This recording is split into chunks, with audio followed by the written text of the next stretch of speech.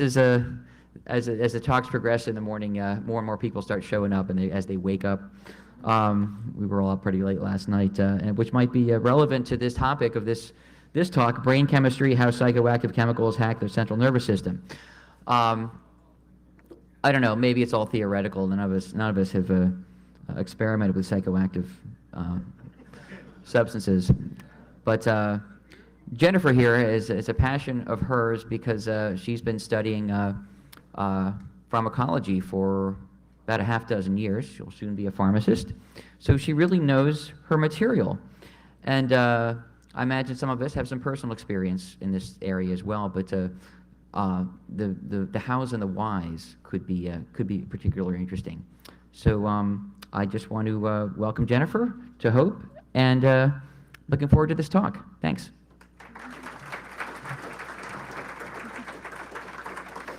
Hello, thank you. As he said, I'm Jennifer. Welcome to Brain Chemistry. I just finished my Doctor of Pharmacy degree, so I'm happy about that. And, well, thank you. It was a lot of work. I'm going to focus on how stuff works. Over there is my cold virus friend, because I spoke at the last Hope, and he's watching to make sure I do a good job. So I'm going to start with something that amused me that I saw in a toxicology rotation. This is some scratch remover, which is DEA compliant. It's strictly not for human consumption. It's legal in all states. It does not contain LSD, cocaine, MDMA, amphetamine, any of that stuff. Yeah, it's on a site called Buzz Wholesale. I'm sure this is in no way any sort of, front or psychoactive substance of any kind. So how are drugs like hacking? Well, we have an existing biochemical network with our, brains and nervous system, and cells communicate chemically. So drugs, being chemicals, can hijack various cellular communications and other processes. Some of the ways they can do that is by binding to receptors. Receptors are sort of like, functions in programming. Basically, a cell will have receptors on the outside of its membrane, and chemicals can bind to that. And then on the inside of the cell, stuff happens, depending on the cell and depending which receptor, all that stuff. So there are agonists, which activate receptors, antagonists, which block receptors. Other things drugs can do is change chemical transport, chemical synthesis, the metabolism of things, the release, neurotransmitters and such, gene expression, and anything else that's biochemical. So I just wanted to define, I'm going to focus on the central nervous system, the CNS. This is the brain and spinal cord. It's in red here, and that's opposed to the peripheral nervous system, which is in blue, and that's everything else. Let's see. So the first thing is your brain is firewalled. Basically, it's very selective about what can get in. The transfer of stuff from the blood to cells is selective, and the transfer of stuff from the blood to the brain is particularly selective because your brain and spinal cord are very important. So in this diagram, we have a capillary in red, and then the brain cells attached to it are in blue. And the endothelial cells are the ones surrounding the blood vessel, and they create a barrier. Everything has to go through them to get into the brain. So in this diagram on the top, that's where the blood is. On the bottom is the brain cells, and here are the endothelial cells, just showing some different ways that stuff can get through. on the left, stuff really, water soluble, small stuff. Some things can get through tight junctions that bind the cells together. There's also some stuff can go all the way through the cell. And on the right, C, D, and E are just various ways that stuff can be transported through the cell. Most of the drugs we're talking about would fall under category B or not fall under it if it doesn't get into the CNS.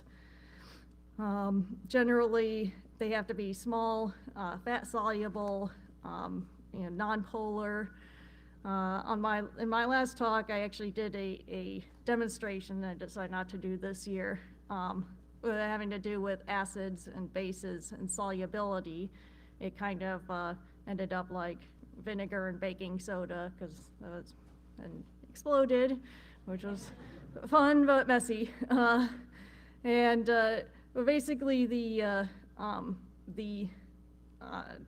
using acids and bases, you can change the solubility of some molecules, which is useful because this can affect whether it crosses the blood-brain barrier or not.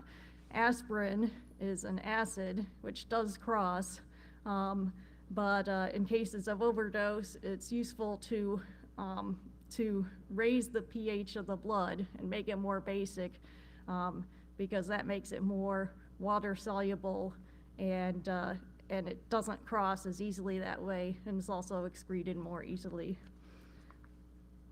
To be psychoactive, a drug has to get into the central nervous system, has to get to the brain to affect the brain. So that's why this is important. We've used that to our advantage in developing drugs. On the left, well, these diagrams, just to mention in case you haven't seen them before, the lines are bonds between carbons, and then N's are nitrogens, O's are oxygens, and Cl is chlorine. So the one on the left is mostly carbons bonded to each other. It's very fat soluble, goes into the central nervous system. It has its antihistamine effects both in and outside of the central nervous system. And one of those effects is to make you very drowsy, just like Benadryl or NyQuil. Those also have antihistamines that are like this. And that's an effect that is on the brain. On the right, we have Claritin, loratadine, which is made more polar by the nitrogens, the oxygens, and the chlorines.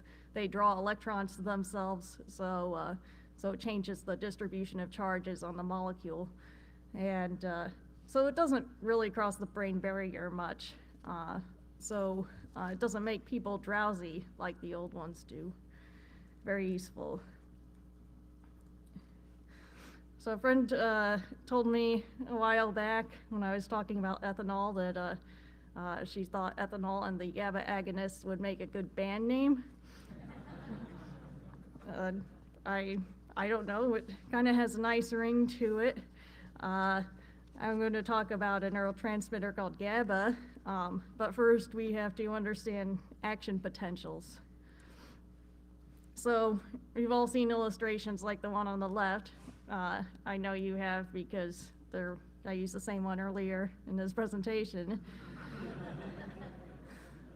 And it's all flashy. It shows the electrical signals moving through a neuron. And on the right is a more technical diagram that shows the voltage that goes through the cell when it fires. The firing is an action potential, and it either happens or it doesn't. But how does this happen chemically? The answer is through magnetism with ions. The main ones involved are sodium, which is positively charged, potassium, and chloride, which is negative. And they generally can't cross the cell membrane unless you have channels they can go through. So on the bottom, I just have an illustration. There are pumps on the nerve cells that basically keep potassium on the inside and sodium on the outside. The cell in general is also maintained at a resting voltage of about negative 70 millivolts. So it's got the potassium inside, the sodium outside, and it's at a negative charge. Stimulus changes that and can make it more positive, but the stimulus has to be strong enough to get it to about negative 55 millivolts. And then at that point, there are channels, sodium channels, which are sensitive to voltage. So those open up. When it reaches 55, there's a cascade, and all those sodium channels respond, and they open up, and sodium rushes into the cell. Now, so we got all these positive charges coming into the cell. The cell then becomes positive. At that point, then the sodium channels start to close and potassium channels open. So you get up to, that peak there, and then potassium starts leaving the cell as the channels open, and so then the voltage goes back down. So then it actually overshoots a little bit, goes more negative, and then you've got, sodium on the inside, potassium on the outside, and those pumps start resetting things by exchanging those two. Sounds like A chemical transistor. Yeah, I guess I'm actually not as familiar with electronics. Yeah, it makes sense. I think it's a good, it's an interesting mechanism. I find it interesting anyway, which is why I'm talking about it. One would hope I find it interesting. So back to GABA and how this works.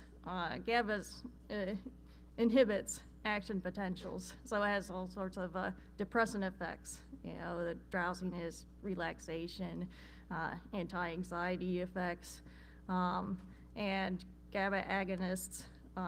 Ethanol. So ethanol has other actions besides GABA, but that's one of its big ones. So that causes sedation. Benzos like Valium, Xanax, hypnotics like Ambien, barbiturates, propofol, they have effect on GABA, and it slows things down, makes nerves less likely to fire. So the GABA A receptor is a chloride channel. So what happens, how this works chemically, is that GABA or other things that bind to it open up the channel and let chloride into the cell. So that makes it more negative. It might, be negative 70 millivolts, and then, with more chloride, it could go to negative 100 or whatever. So it's going to be harder to make that action potential happen. And I do have a experimental demonstration here. One that is less messy than. Is it? Huh? Oh, okay.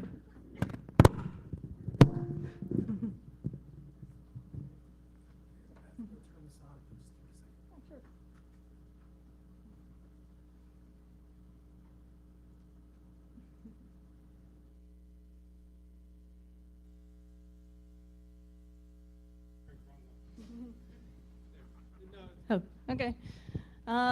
Yeah, so I don't know, when I was a kid, I loved setting up dominoes.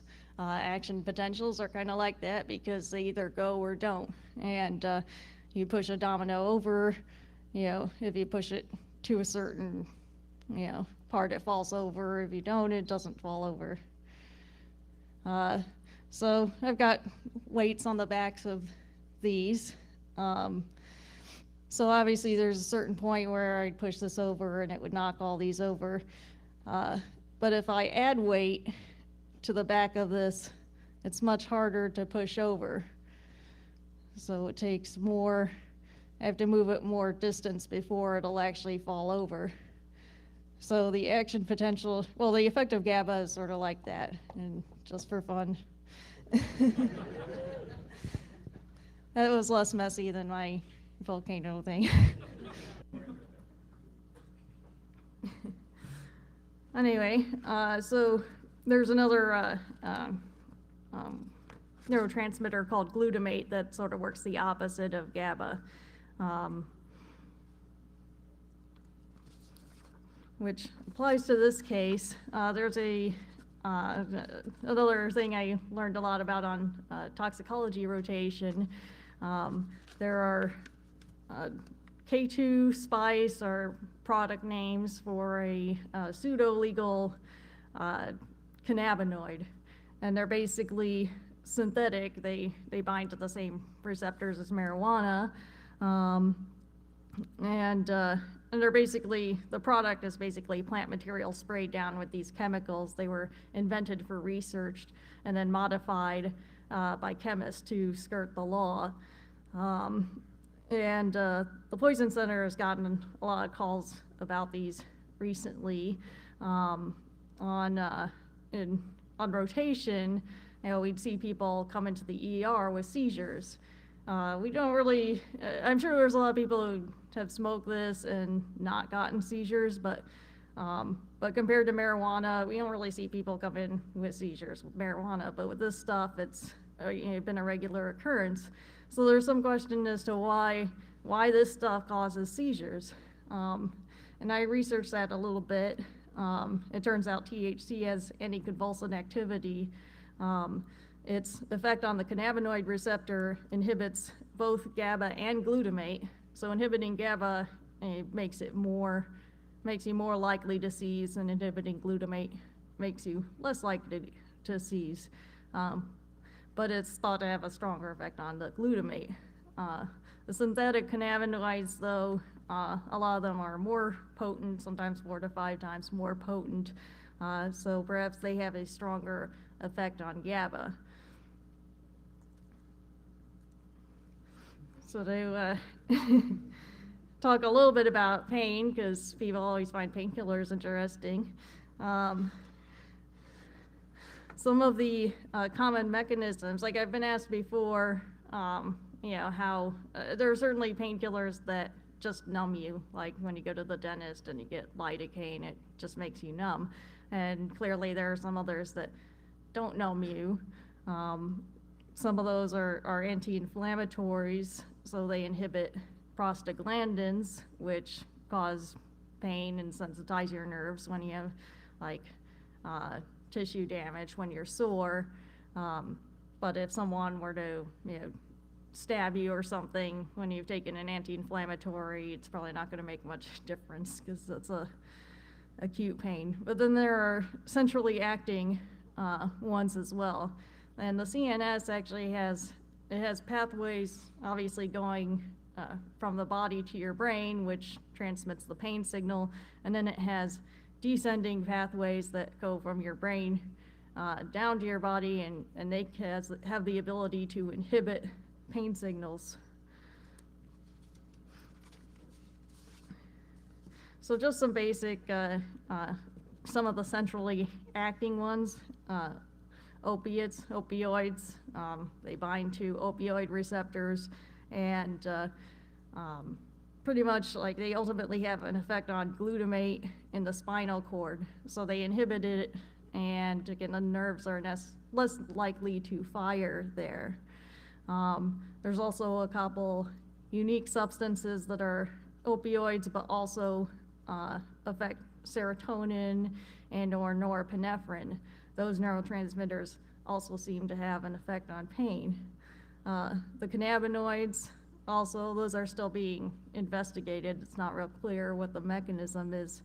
Neuropathic pain is pain from nerve damage, so the opioids are less effective, but stuff that affects serotonin and norepinephrine is often helpful for that.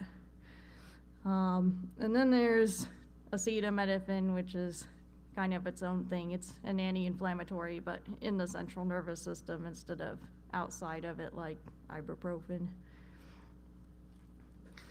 again, using the blood-brain barrier to our advantage, opioids have, well, there are opiate receptors in the gut.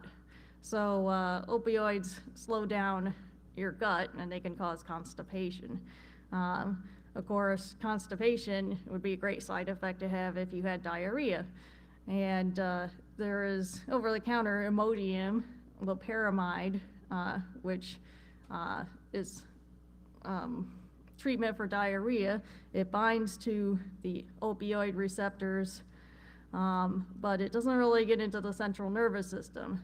So it has that peripheral effect, but doesn't have the opioid effect that others do.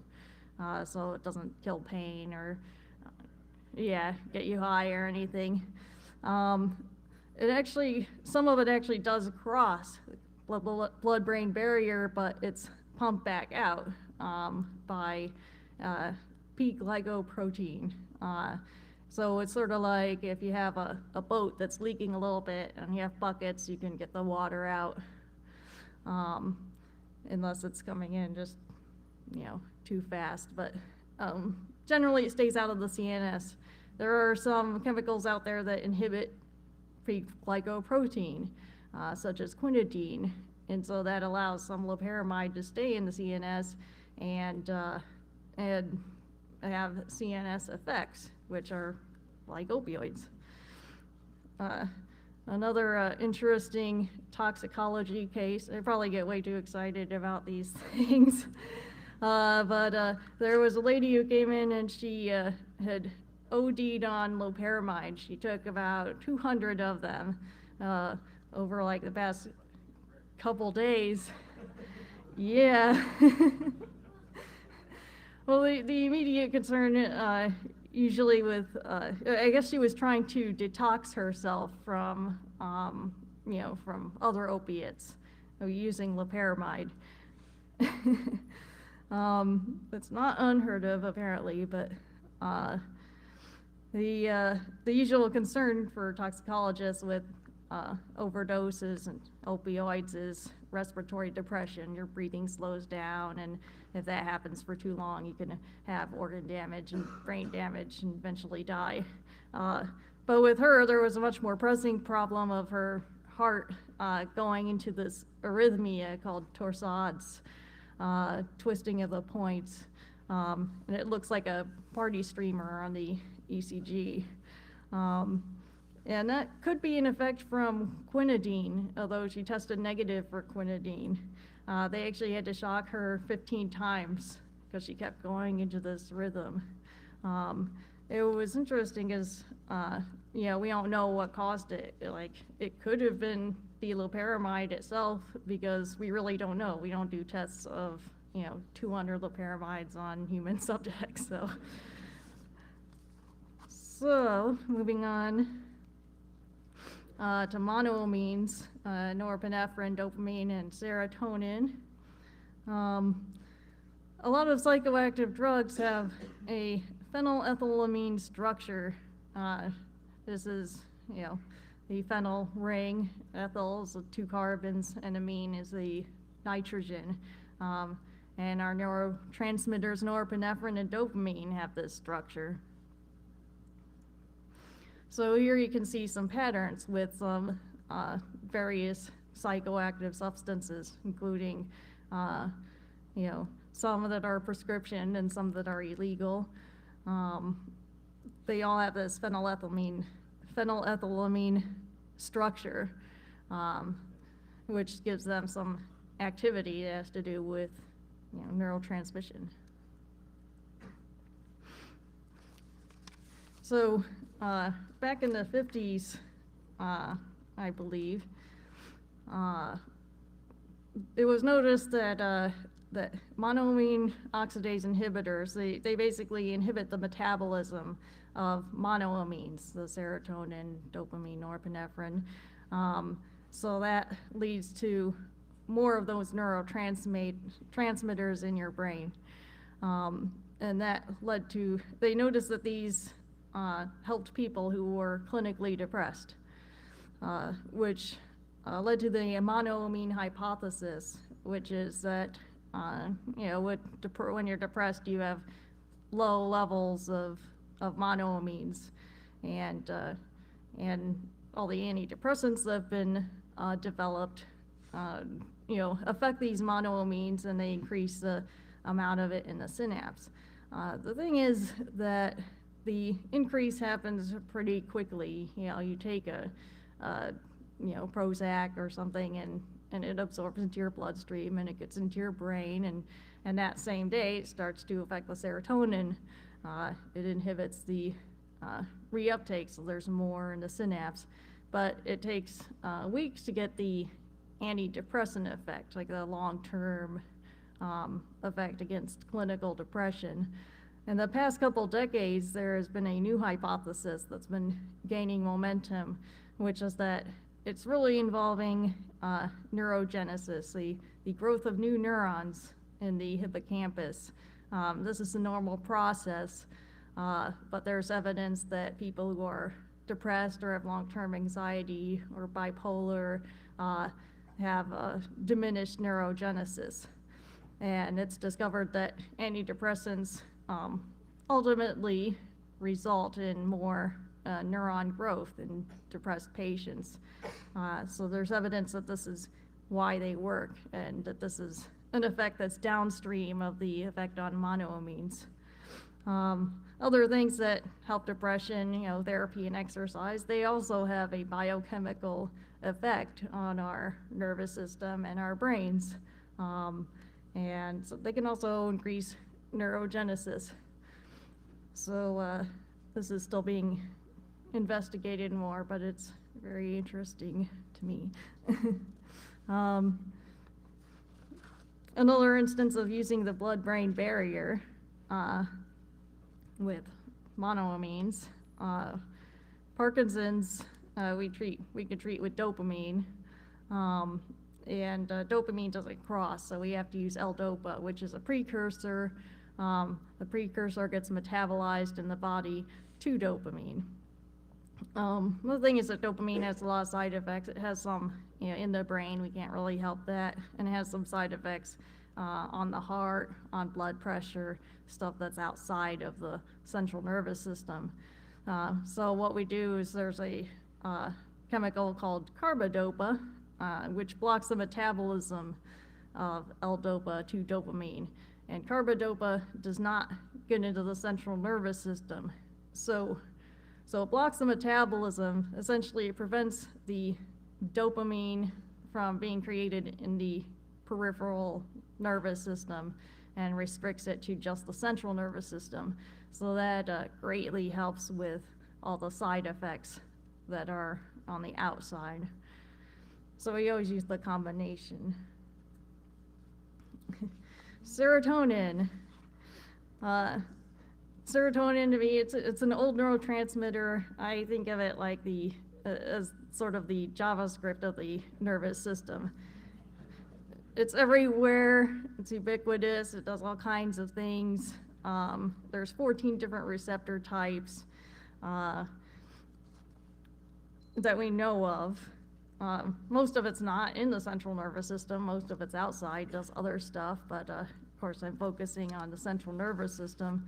And it has these are the pathways, you know, it has effects on mood and memory and perception and fear and all kinds of stuff. So it's everywhere. It's a really complicated neurotransmitter. And some of these structures with serotonin and some of the similarities of psychoactive substances that in some way affect serotonin. You know, I have some hallucinogenic, psilocin, DMT, LSD. Sumatriptan is a drug that's used to treat migraine headaches. With the LSD here, it's a little harder to see the structural similarity, so I highlighted it on this slide. On the left, I turned the serotonin molecule there on the bottom to match. LSD and some of the other hallucinogens are 2A agonists. although they're still really not fully understood, unfortunately. There's really a lot of stuff we haven't figured out about the nervous system. Like, I've learned a lot, but I've ended up having more questions than I started with. So I did find some stuff about geometric patterns, like people report actually in migraines and in like hallucinogens, that they see certain types of patterns, among other things. And basically our retina, the nerves from our retina, are mapped onto our visual cortex. V1, there's different parts of the visual cortex, but V1 is the primary one. It activates with even if you imagine really vivid imagery. People who have migraines sometimes get a visual aura that involves like lines and geometric things going across their visual field. And it's been determined that migraine, or the precursor to migraine, the aura, involves what's called a cortical spreading depression, which is a electrophysiological event that is a nerve hyperactivity followed by a suppression, and sometimes it will go across the visual cortex and sometimes not. And it's when it goes across the visual cortex that you see all those patterns. So drugs that cause firing in the visual cortex could also produce those kinds of patterns. It hasn't been proven, but there's a paper in 2002 that had a rather elaborate computer model. It was a neural computation magazine, so that was kind of interesting. They talked about some of the different kinds, like spirals and things, and tunnels, and how the visual cortex, like the mapping, is not, like, basically the area where you're focused on takes up a lot more space in the visual cortex than your peripheral vision. There's more information here. So that can cause so they did it mathematically and showed that could cause a distortion, so that you would see, a tunnel if you had certain patterns of firing in your neurons. The mathematics were beyond my abilities. I stopped at Calc 2. So this was just an example of an equation here at the bottom. So I don't know, it's a possible mechanism. So in conclusion, I actually finished up a little faster than I thought I would, but that'll just leave more time for questions. Brain chemistry can leave us with more questions than answers. Marijuana is safer than the legal weed. Giant foam dominoes are less messy than acid-base extractions. And DEA compliant scratch remover is available online. So, just some additional resources for you guys. I'd recommend arrowwood.org, has a lot of information about psychoactive substances. Medscape for more medical oriented stuff. Wikipedia is pretty accurate usually. I've gone on there and edited some articles and verified. You always want to double check the sources, but it's actually pretty good. And then if you want to email me with questions or corrections, PayPal donations, job offers, that's all fine. I hate doing bibliographies, so I didn't do one, but if you want my references for this presentation, I have them, and if someone really wants it, I can format that and give you my citations. So that's about it. Questions?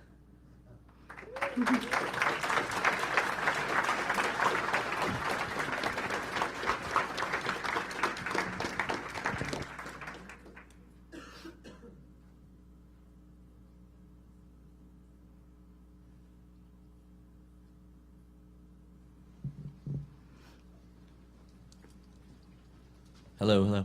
Yeah, I have a question. I love you.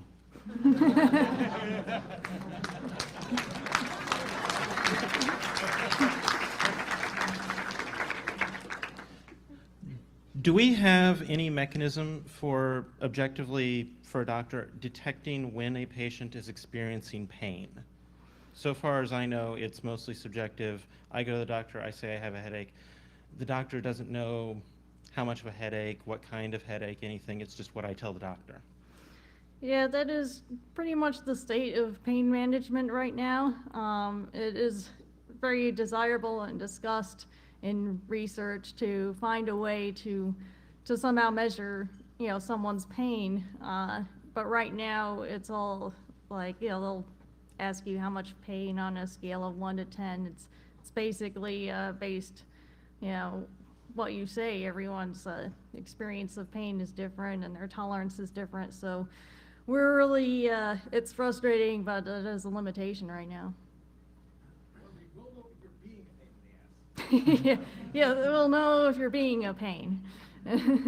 Hi, I just heard about the neurogenesis hypothesis that you were talking about, and in the internet culture, there's a drug called paracetam online. Just the smart drug is one of the first drugs of the family for the racetams.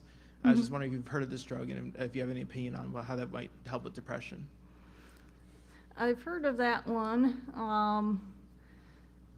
I would have to look it up because I don't remember all the details. If you can email me, yeah, then I'll see what I can find about it. Hi, thanks for a great talk.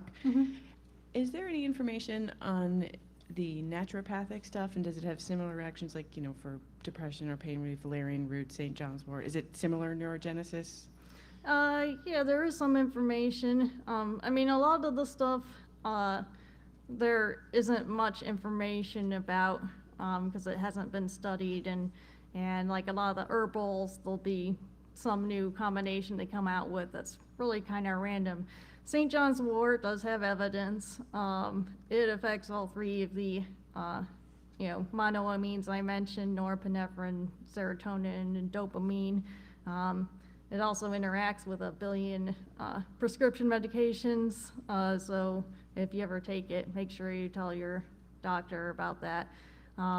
And yes, it does also fit in with the neurogenesis. Valerian, I am not as familiar with the evidence on that. It's one of the more studied ones, and it seems to have some effect on anxiety and sleep, but I'd have to look up more detail about that. I was wondering about substances like Valium, for example. You explained how they depress the action potentials and everything. So you would assume that an overdose would eventually lead to, well, collapse of the actions and death. So first of all, why does an overdose not kill you? And second question would be, why do combinations of these substances, like, for example, Valium combined with a certain malaria drug, become totally fatal all of a sudden? Yeah, the benzodiazepines, basically they inhibit, but they have a ceiling effect. So all by themselves, an overdose, like at a certain point, they cannot, let more chloride into the cell.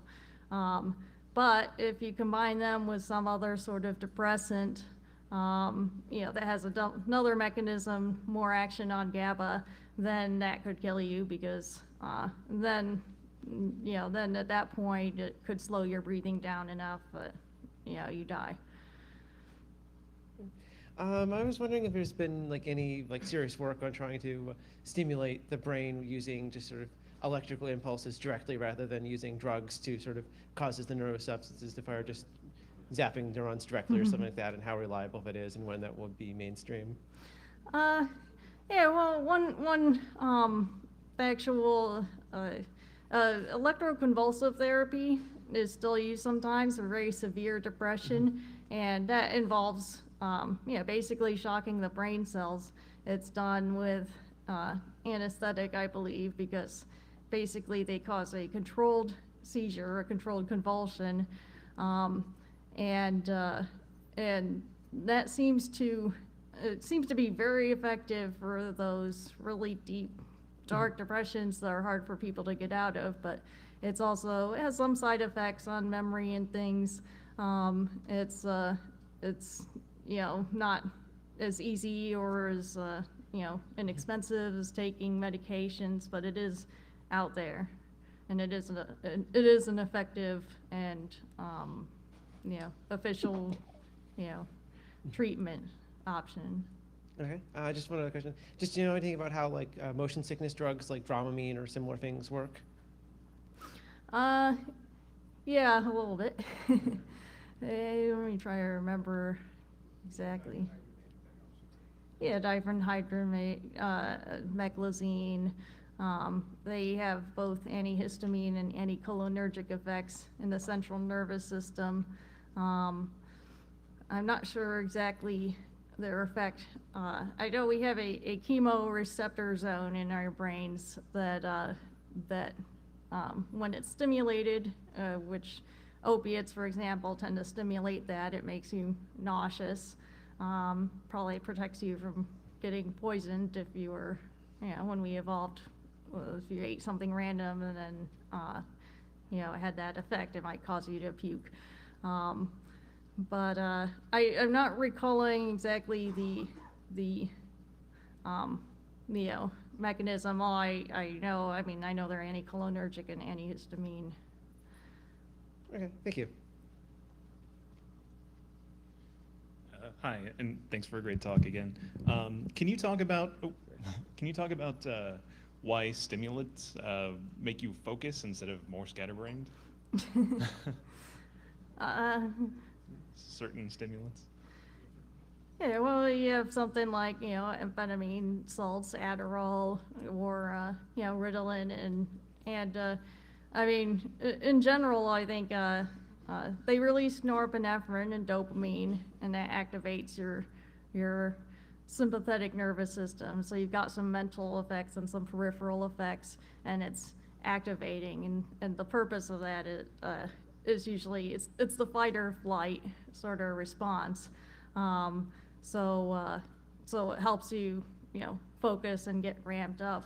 In the case of ADHD in particular, it seems that there might be a lack of, there's something going on again with norepinephrine in the brain and dopamine, and that this extra stimulation seems to help. I'm not a neurologist, so it is a little like, I wonder about this stuff too, and like every question I have, I investigate, I find out like, oh, they release norepinephrine, and then okay, what's that do, and what's this do, and I end up with more questions than I started with, but that's what I know about them. And sort of to tack on just a little bit, and you can totally, because you semi-answered this, but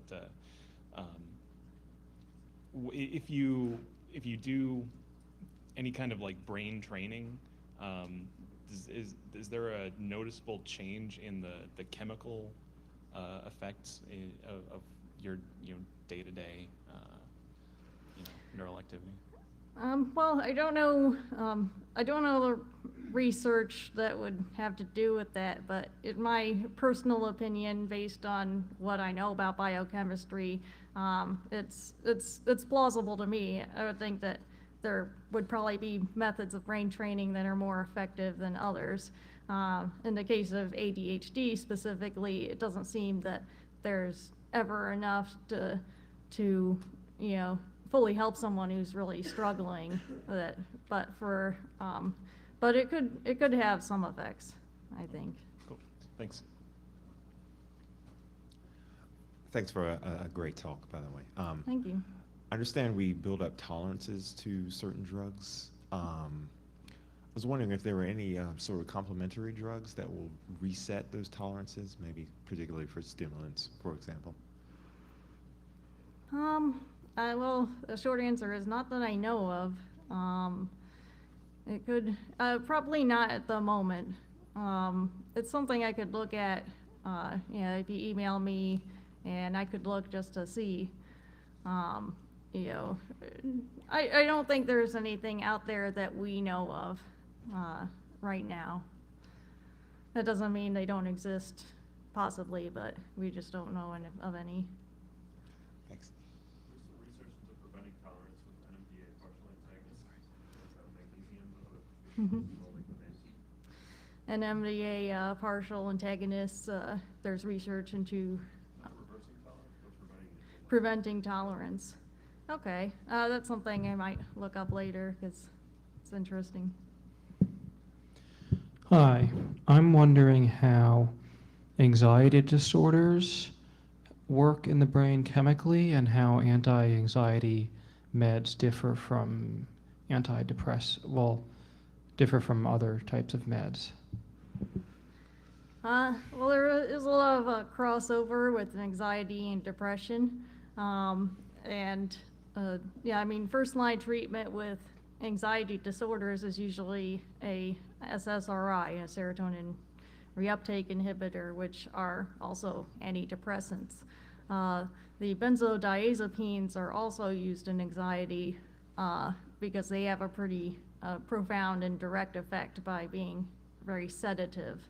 But they're not so much, long term, because tolerance can build to those, and the SSRIs work better. There's another drug called buspirone, which is in a class by itself. I guess it's not an antidepressant, but it does have an effect on serotonin and seems to work long term. It takes a few weeks to work for anxiety. So I don't know, does that answer your question? I guess I'm sort of wondering, if we're using the same drugs to treat them, what chemically is the difference and similarity between anxiety and depression? Like, are they very similar chemical phenomenon?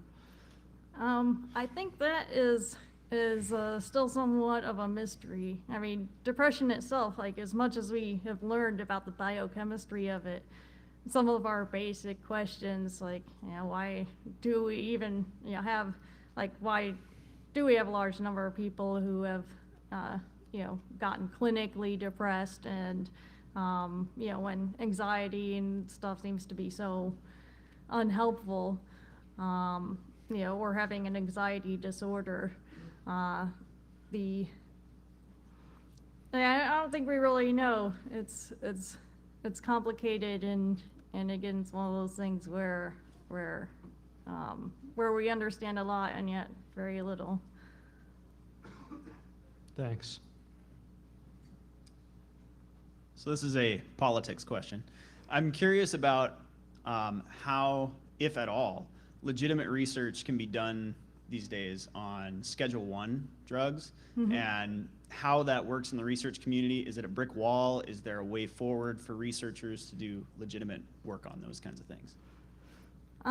There is a way forward. I don't know a lot about the politics, but you might want to look up MAPS. There's an organization called MAPS that is, I forget what it stands for. Something. Huh? Oh, Schedule I, yeah.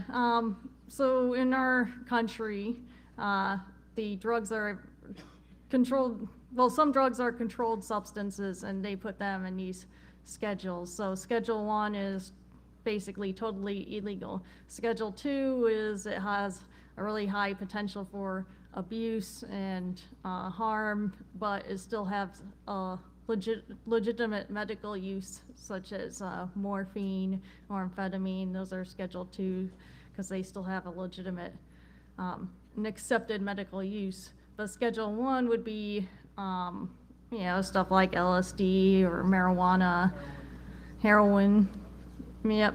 So the stuff you really consider, Really fun stuff. illegal drugs, right? So it's difficult, ecstasy. It's difficult to do research on them, that's for sure. Some of the research has taken place in other countries. As far as I can tell, it's probably pretty difficult over there too. I'm not sure exactly how much of a brick wall, so that's something where you might want to find the MAPS website. And also then you can see some of the research that's been done on LSD and MDMA for, you know, psychiatric things and stuff like that. Thank you. First, I just want to say thank you. And my question has to do with long-term supplementation of really common drugs like caffeine or nicotine. People have been taking these drugs for hundreds of years daily, and they do it because it makes them more alert or whatever. Now people are experimenting with more types of supplementing or controlling what they're doing to maximize the benefits they get from them. And I was wondering if you had a position on something like that. Do you drink coffee, or do you choose not to because of some reasons, or what are some cool things that are coming out that people are taking for whatever benefit? Yeah. Well, I mean, caffeine, I don't really avoid it or use it much because it doesn't, you know, do much for me. A lot of people who have like mild ADHD seem to benefit a lot from it because they self-treat. And other people just like coffee and drink a lot of it. As far as I know, I mean, there has been research done on caffeine, and I haven't seen anything that says it's, you know, particularly dangerous or beneficial. I mean, you know, I wouldn't recommend drinking 20 cups of coffee a day or anything. Yeah, so I don't know, again, you know, I don't have any opinion on that. Other supplementation, I guess, like I tend to be skeptical about the benefits of you know, a lot of, you know, vitamin supplements and herbal supplements that come out, because a lot of it's just pure hype. You know, nicotine, you know, obviously smoking is harmful to your lungs, and nicotine itself is addictive, so wouldn't recommend that, but we kind of know, you know, you can find out about the dangers of that. However, in the right conditions, small amounts of nicotine will actually put your brain in a position where you'll actually be more sensitive to stimuli around you, which can be very useful for on a battlefield, among other places. Assuming you're not addicted to it. If you are, it does not do this. So it has its uses too. He says it can put you, that nicotine can put you in a more alert state that would be useful on a battlefield. I mean, nicotine could be, like, has some stimulating and relaxing effects. It's not that, you know, a dose of nicotine is, you know, bad for you. It's just that it's, yeah, it's just that it's addictive and you build some tolerance and everything, so. Well, but Adderall is addictive if people are prescribed that every day. Yeah. Yeah, Adderall, yeah, it is addictive, you know, usually to people who like, it's, I gotta wrap it up, so I'll make this my last answer here. Adderall, it's considered a dangerous substance, that's why it's Schedule II, but it's, obviously it's a real medical benefit for some people, and in the context of a medical, you know, a relationship with a physician, you can monitor for all the negative side effects that it has and adjust dosages and make sure you can really maximize the therapy so you get the most out of it with the least side effects. So thank you all for coming, and email me if you want to.